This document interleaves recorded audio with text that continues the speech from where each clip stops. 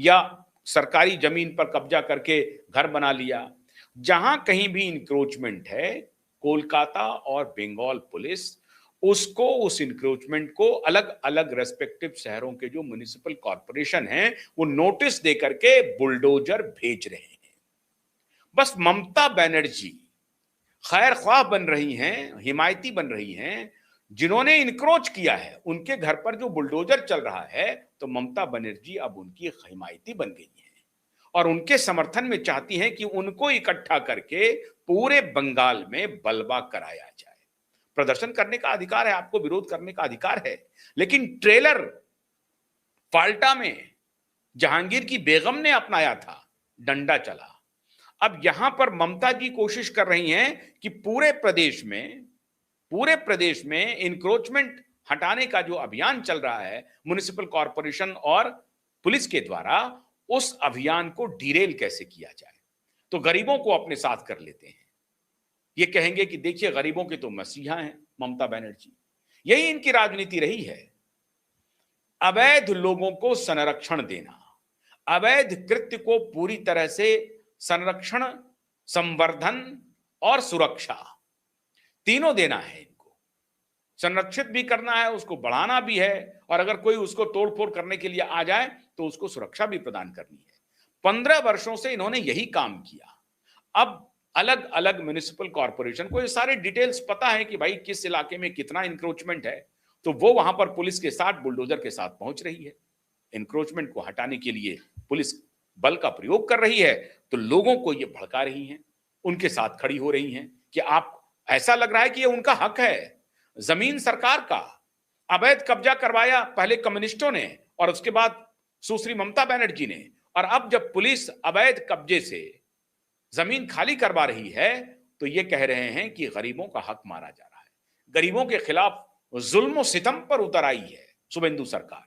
लेकिन शुभेंदु ने साफ साफ कह दिया, फाल्टा में जिस दिन जहांगीर की बेगम सड़क पर निकल रही थी लोगों का हुजूम लेकर के, शुभेंदु ने कह दिया कि अगर किसी प्रकार की नाटकबाजी की कोशिश की गई और इसको ड्रामेटाइज करने की कोशिश हुई, एक अपराधी, एक आरोपी जो धमकीबाज है, और कितने केस में अभी वो अंदर जाएगा कहना मुश्किल है, अगर उसने इस तरह का कोई भी कृत्य किया तो डंडे से उसकी खिदमत की जाएगी। और ये जो डंडा देख रहे हैं आपके स्क्रीन पे दिख रहा होगा, ये देखिए, ये फाल्टा की ही तस्वीर है जहां ये सड़क पर निकल करके ट्राई कर रहे थे कि अगर ये कामयाब हो गया तो पूरे प्रदेश में करेंगे, और फिर पुलिस को बैकफुट पर लाने की इनकी पूरी योजना थी, ये इनकी प्लानिंग चल रही थी।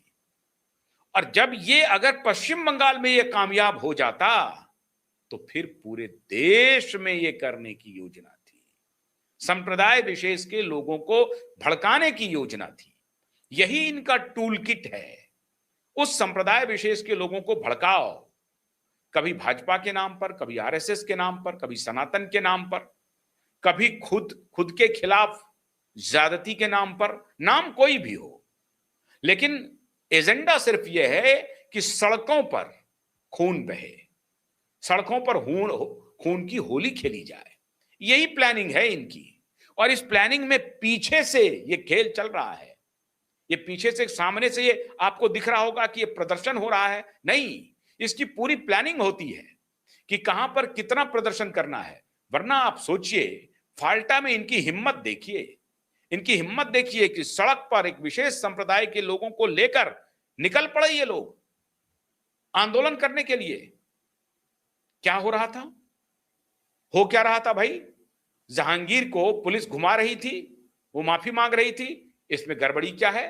घुमाए भी नहीं, वो जहांगीर जो धमकी दे खुलेआम, वो जहांगीर जो 70-80 वर्ष के बुजुर्गों को उठक बैठक करवाए, उनको अगर पुलिस माफी मंगवा रही है फाल्टा के आवाम से, तो क्या बुराई है? क्या गड़बड़ हो गया भाई जो आप सड़क पर उतर गए? सड़क पर उतरने की योजना क्यों बनाई आपने? इसके पीछे का राज क्या है? चाहत क्या थी? तो डिजाइन बड़ा है, डिजाइन है वही खून की होली खेलने की, और फिर उसको ब्रांड किया जाएगा न्यूयॉर्क टाइम्स में, वॉल स्ट्रीट जर्नल में, और दिल्ली की बैटरी पूरी लग जाएगी कि देखिए democracy is in danger in Bengal. फटाफट पॉडकास्ट शुरू हो जाएगा कि देखिए साहब प्रदर्शन कर रहे हैं शुभेंदु अधिकारी के खिलाफ, जुम्मे जुम्मे 1 महीना नहीं हुआ है सरकार संभाले और लोग सड़क पर आ रहे हैं उनके खिलाफ, उनकी जाति के खिलाफ। अनकंट्रोल हो गया, वहां जनतंत्र पूरी तरह से खतरे में पड़ गया है। लुटियंस गैंग बैठ जाएंगे, फटाफट शुरू कर देंगे, कोई उसमें देरी नहीं होगी। बड़े बड़े इन्फ्लुएंसर, स्क्रीन ब्लैक करने वाले लिखना शुरू कर देंगे मानव अधिकारों का हनन हो रहा है।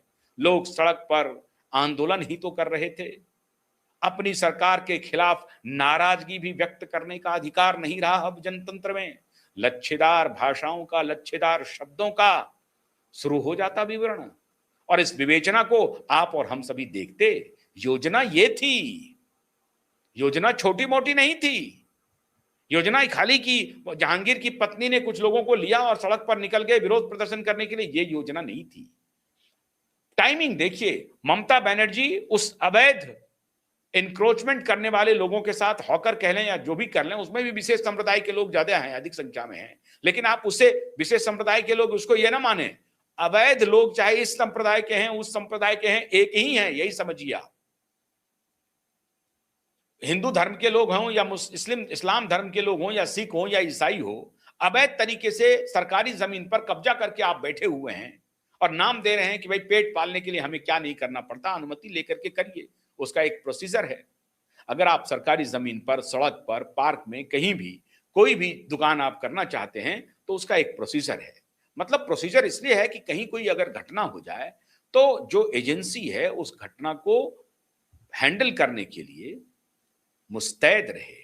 फर्ज कीजिए कहीं पर आगजनी की घटना हो जाती है, म्युनिसिपल कॉर्पोरेशन को पता ही नहीं है, वहां चल रहा है, तो इसलिए म्युनिसिपल कॉर्पोरेशन अगर किसी अवैध तरीके से कहीं पर कुछ कब्जा किया गया है तो ये हटाना उनकी जिम्मेदारी है। हाँ, अभी आप कह सकते हैं कि भाई इनके रोजगार की व्यवस्था के लिए ह्यूमन फेस हमारा यही कहता है कि भाई उनको थोड़ा सा ध्यान दिया जाए ह्यूमनली, तो ये हो सकता है।